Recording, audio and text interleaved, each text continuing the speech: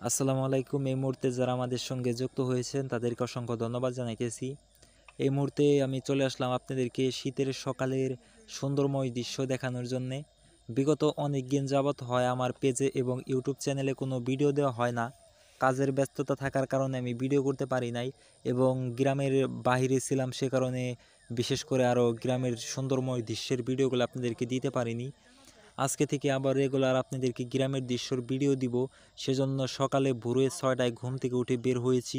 শীতের সকালের দৃশ্যগুলা তুলে ধরবো আজকে।